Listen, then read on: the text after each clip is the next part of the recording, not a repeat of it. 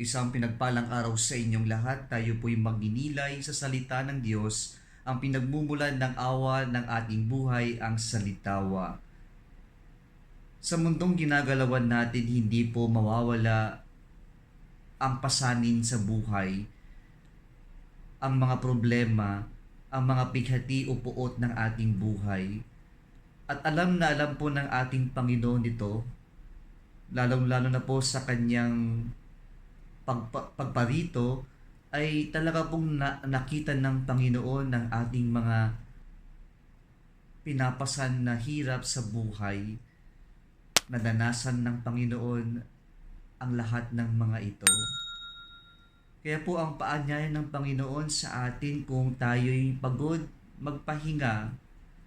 Pero saan ba tayo nagpupunta kapag tayo'y pagod? O kung nais nating magpahinga? Kadalasan kung saan-saan at kung kani-kanino tayo nagpupunta.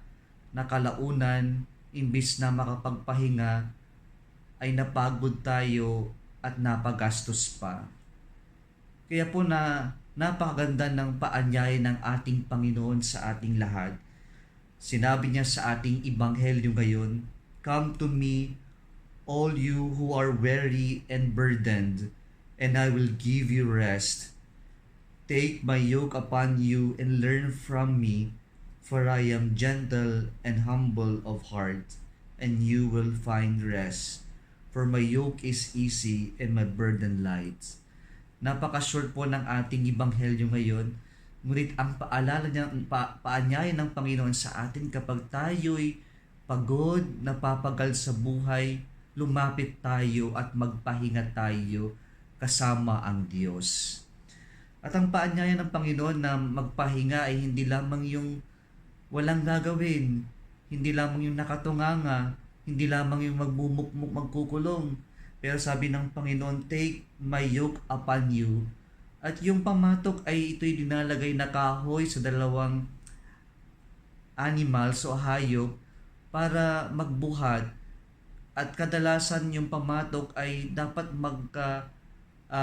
parehas ng size yung two animals o dalawang hayop. Pero napakahirap po na maghanap ng dalawang magka-size na animals o hayop. Kaya kadalasan ay ito ay parang hindi pantay. May mas malaki at may mas maliit. And the purpose of the yoke is whoever is bigger would carry the heavier load, so that the smaller one would only carry the light load. And this is exactly what Jesus wants us to do.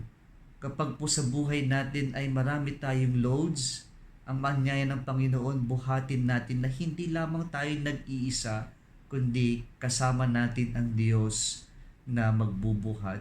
At ang pangako ng Diyos sa atin, kapag tayo magbubuhat kasama ang Diyos ng pasanin, ay gaya po nung imahin ng yoke o pamatok, ang mas mabigat ay nasa Panginoon at ang light load ay nasa atin.